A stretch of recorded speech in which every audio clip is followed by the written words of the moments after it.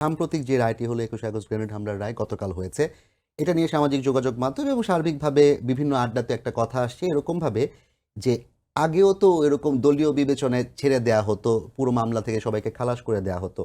এটাও যদি এখন পরিবর্তিত পরিস্থিতিতে এভাবে খালাস হয়ে যায়, তাহলে আগের তুলনায় এখন পার্থক্যটা কি রইল? একজনও কি অপরাধী ছিল না? তাহলে গ্রেনেড হামলাটা কে করল? এ ব্যাপারে আপনার উত্তর কি হবে?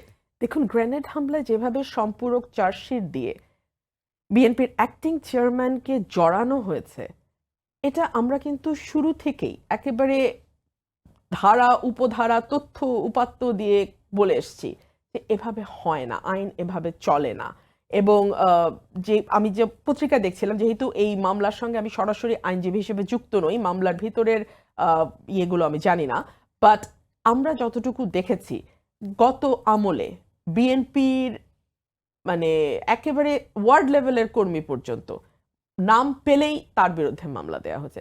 সুতরাং এই মামলাগুলো যে এখন আসলে খালাস হয়ে যাবে, এটা তো মানে হওয়ারই কথা। মানে যদি জুডিশিয়ারি ইন্ডিপেন্ডেন্টলি কাজ করে তাহলে তো তাই হওয়ার কথা।